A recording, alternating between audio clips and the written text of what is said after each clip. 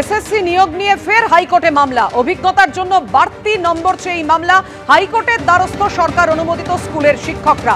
আরো বিশদে আপনাদের সামনে তুলে ধরবেন আমাদের সঙ্গে রয়েছেন আমাদের প্রতিনিধি সৌভিক মজুমদার। সৌভিক, কি কারণে সরকার অনুমোদিত স্কুলের শিক্ষকরা আদালতের দ্বারস্থ হলেন, কি নিয়ে তারা বিচার চাইছেন?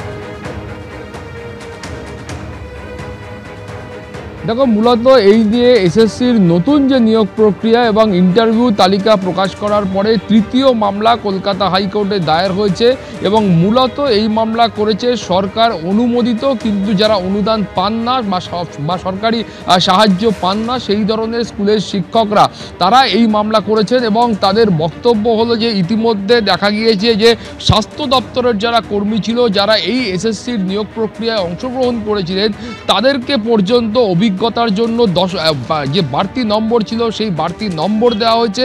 ফলে তারা অভিযোগ করছেন যে এই বাড়তি নম্বর স্বাস্থ্য দপ্তরের যারা কর্মী ছিলেন তারা যদি পেতে পারেন, তাহলে যারা শিক্ষক হিসাবে এতদিন কাজ করলেন, যারা সরকার অনুমোদিত স্কুলে কিন্তু সাহায্যপ্রাপ্ত নয় এমন স্কুলে শিক্ষকতা করেছেন, সেই কর্মীদের বা সেই শিক্ষকদের কেন এই বাড়তি নম্বর দেওয়া হবে না, সেই প্রশ্ন তুলে তারা এই মামলা করেছেন। তুমি জানো যে ইতিমধ্যেই গতকাল কলকাতা হাইকোর্টের নতুন এই নিয়োগ প্রক্রিয়াকে কেন্দ্র করে দুটি মামলা ইতিমধ্যেই হয়েছে। সেই মামলাতে একটা জায়গায় বলা হয়েছিল যে আংশিক সময়ের যারা শিক্ষক রয়েছেন বা পার্ট টাইম টিচার রয়েছেন তাদের একটা অংশকে অভিজ্ঞতার জন্য নম্বর দেওয়া হয়েছে, কিন্তু আরেকটা অংশ অভিজ্ঞতার জন্য এই বাড়তি নম্বর পাচ্ছেন না। ফলে তারা কেন বাড়তি নম্বর পাবেন না সেই প্রশ্ন নিয়ে তারা কলকাতা হাইকোর্টে এসছেন। কিন্তু মূল যে প্রশ্ন কলকাতা হাইকোর্টের কাছে এসছে যে যখন এই মামলা সুপ্রিম কোর্টে বিচারাধীন ছিল সেই সময় কিন্তু বারবার বলা হয়েছিল বা সুপ্রিম কোর্টের তরফ থেকে স্পষ্ট নির্দেশে বলা হয়েছিল নতুন যে নিয়োগ প্রক্রিয়া রয়েছে সেই নিয়োগ প্রক্রিয়ায়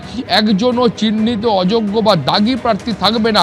কিন্তু মামলাকারীদের অভিযোগ হলো যে ইতিমধ্যেই যে ইন্টারভিউয়ের লিস্ট প্রকাশ করা হয়েছে সেখানে একাধিক এই চিহ্নিত অযোগ্য প্রার্থী আছেন। ফলে সুপ্রিম কোর্টের কাছে যে প্রতিশ্রুতি স্কুল সার্ভিস কমিশনের তরফ থেকে রাজ্য সরকারের তরফ থেকে দেওয়া হয়েছিল সেই প্রতিশ্রুতি ভঙ্গ করা হয়েছে এবং স্কুল সার্ভিস কমিশন এই গোটা প্রক্রিয়ায় অযোগ্যদের বাইরে রেখে গোটা প্রক্রিয়াকে সংগঠিত করতে তারা ব্যর্থ হয়েছেন। ফলে স্কুল সার্ভিস কমিশনের ভূমিকা নিয়ে তারা প্রশ্ন তুলেছেন। তারা এই প্রশ্নও তুলেছিলেন বা কলকাতা হাইকোর্টের কাছে আবেদন তারা করেছিলেন যে এই যে অভিজ্ঞতার জন্য বাড়তি নম্বর দেওয়া হবে সেটা ইন্টারভিউয়ের আগে দেওয়া হবে নাকি সেটা ফাইনাল যে মেরিট লিস্ট রয়েছে বা চূড়ান্ত যে মেধা তালিকা রয়েছে সেইটা প্রকাশ করার আগে দেওয়া হবে। এই একাধিক বিষয়ে তারা কলকাতা হাইকোর্টে এসেছেন। ফলে আগামীকাল যখন মাননীয় বিচারপতি অমৃতা সিনহার এজলাসে এই মামলার সওয়াল জবাব শুরু হবে সেই সময় কিন্তু বাকি বিষয়টা স্পষ্ট হবে। ধন্যবাদ তোমায় সৌভিক। এবারে যারা পরীক্ষা দিয়েছেন, যারা একেবারে ফ্রেশ ক্যান্ডিডেট, তারা কিন্তু গতকাল এই বিকাশ ভবনের সামনে অভিযান করতে এসেছিলেন। সেন্ট্রাল পার্কে তাদেরকে আটকে দেওয়া হয়েছিল। আজকে দেখা গেল যে যারা গতকাল এসেছিলেন তারা যখন পুনরায় ঘোষণা করেছিলেন যে আজকেও তারা বিকাশ ভবন অভিযান করবেন, তখনই মেট্রো স্টেশন থেকে বেরোনো মাত্রই তাদেরকে রীতিমতো ধরপাকড় করে নিয়ে যাওয়া হলো এবং তাদের সঙ্গে সন্দেহজনক যাদেরকেই মনে হচ্ছিল পুলিশের, তাদেরকে কিন্তু জিজ্ঞাসাবাদ করার পরে তাদেরকে কিন্তু ধরে নিয়ে যাচ্ছিল। তারপরেই আমরা দেখতে পেলাম বিরোধী ভবনের কাছে তারা কিছুজন 20 থেকে 25 জন জমায়েত করেছিল, কিন্তু দেখা গেল তাদেরকে সেখান থেকেও পুলিশ রীতিমতো ধরপাকড় করে নিয়ে যায়।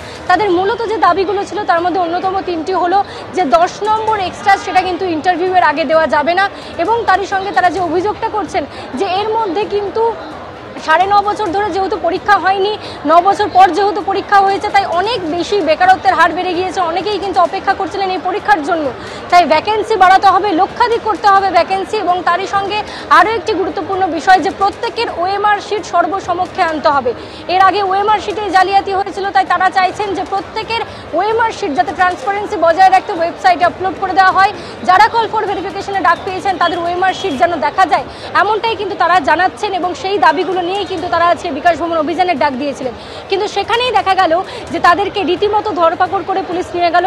গতকাল তারা এসেছিলেন এবং তারা রীতিমতো মিছিল করে এসে এই সেন্ট্রাল পার্কের এলাকায় কিন্তু অবস্থান করছিলেন।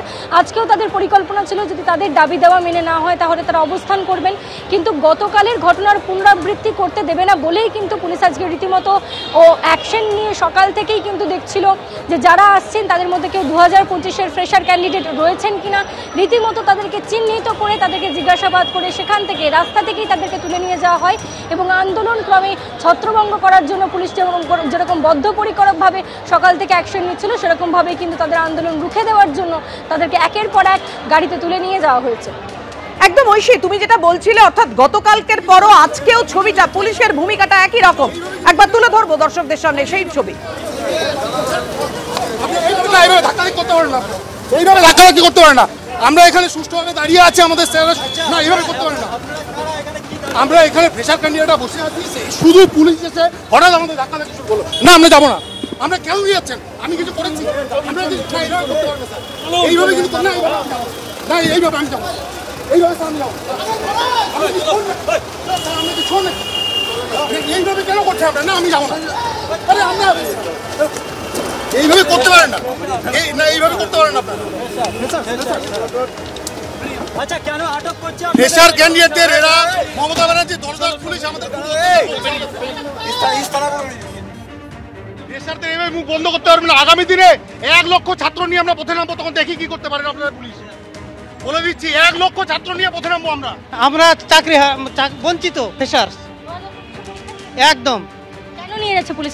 জানি না কি করে, আমরা কি অপরাধ করেছি। কোনো প্রশ্ন ছাড়াই আমাদেরকে ধরে নিয়ে যাচ্ছে এবং হাতে যথেষ্ট প্রেস দিচ্ছে।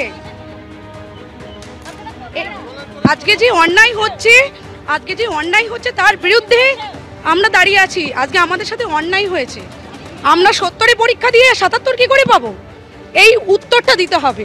সরকার অন্যায় করবে, কমিশন অন্যায় করবে, আর এরা আমাদেরকে গাড়িতে তুলবে, চোরদেরকে বাইরে ঘুরিয়ে রাখেন।